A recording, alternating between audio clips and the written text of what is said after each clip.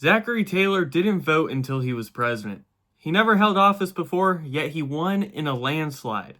A war hero with no real agenda, except stopping slavery from spreading out west. So why did he only last 16 months? And what could have changed if he had lived?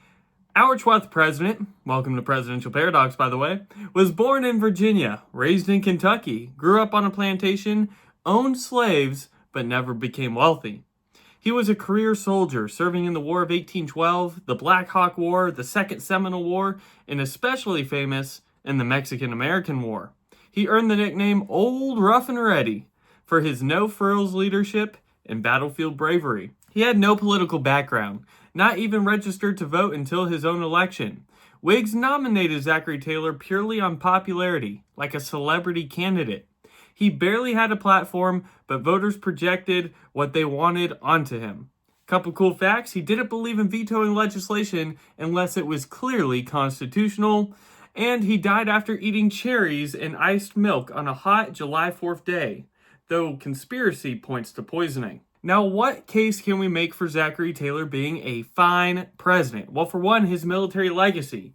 He was a hero with wins in the Mexican-American War that were crucial for U.S. victory. He was revered across the country, north and south, as a symbol of unity, something that we don't always see in the White House. And he had a staunch stance against slavery expansion. Though a Southerner and slaveholder, Taylor opposed slavery spreading into the Mexican cession lands. He threatened to hang any secessionists trying to leave the Union over slavery, most notably Southerners.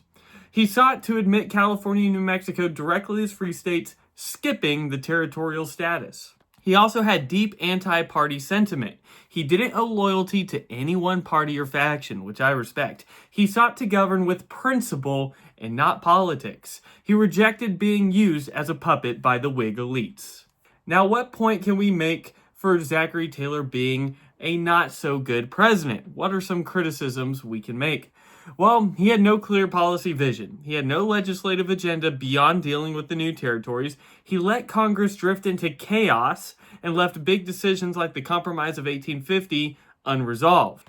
There's also some hypocrisy with his slavery, as he personally owned over 100 slaves and didn't purely advocate for abolitionism just to stop the spread. And not only that, he had a weak use of power. He believed in limited executive authority and deferred heavily to his Congress. His cabinet was largely ineffective, and he struggled to unify the Whigs, or the country for that matter. Of course, the big what if here: what if Zachary Taylor had lived? Would the Compromise of 1850 delay the Civil War if it had passed? Could he have been a unifying force between North or South longer? Let me know what you think about in the comments below. Now let's grade Taylor on several different categories and ultimately put him on the presidential tier list to determine how good he is. First up, road to the White House. He was a total outsider. Military fame carried him with no political effort, so I'm going to give him a D+ for that.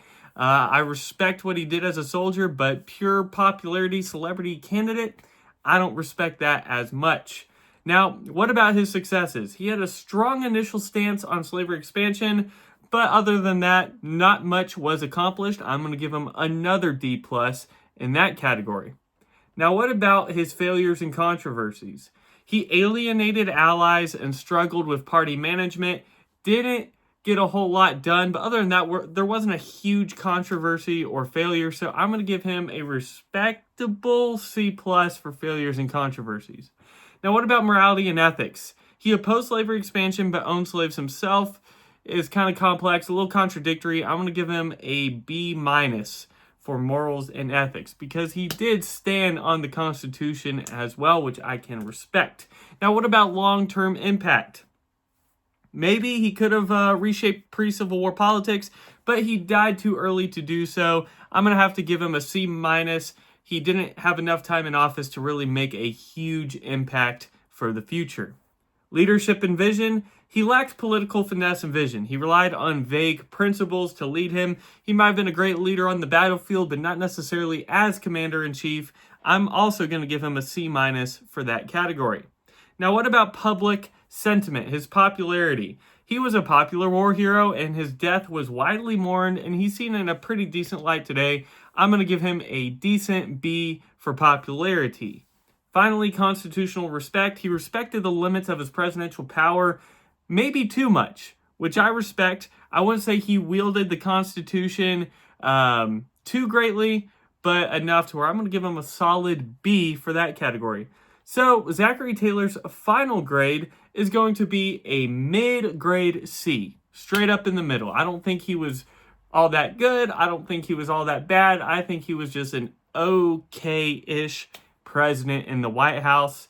Taylor may have been the right man, but possibly at the wrong time. His principles hinted a path towards a future without a civil war, but he didn't live long enough to walk it, and he might not have had the leadership and vision to enact it either. So what do you think about Zachary Taylor? Let me know in the comments below. Hit me with a like if you like the series and want to see more of it. If you want to see more of the series plus outdoor videos and some of the faith-related content I provide, consider hitting that subscribe button and joining the Southern Woods community. And finally, like any good president or leader, you need to be part of a secret society. We have a membership program linked below, 3 different tiers. You can see videos weeks ahead before they release. You get bonus exclusive content that only the members get to see, as well as some other cool stuff. So greatly consider it. I will see you all in the next video. Southern Woods out.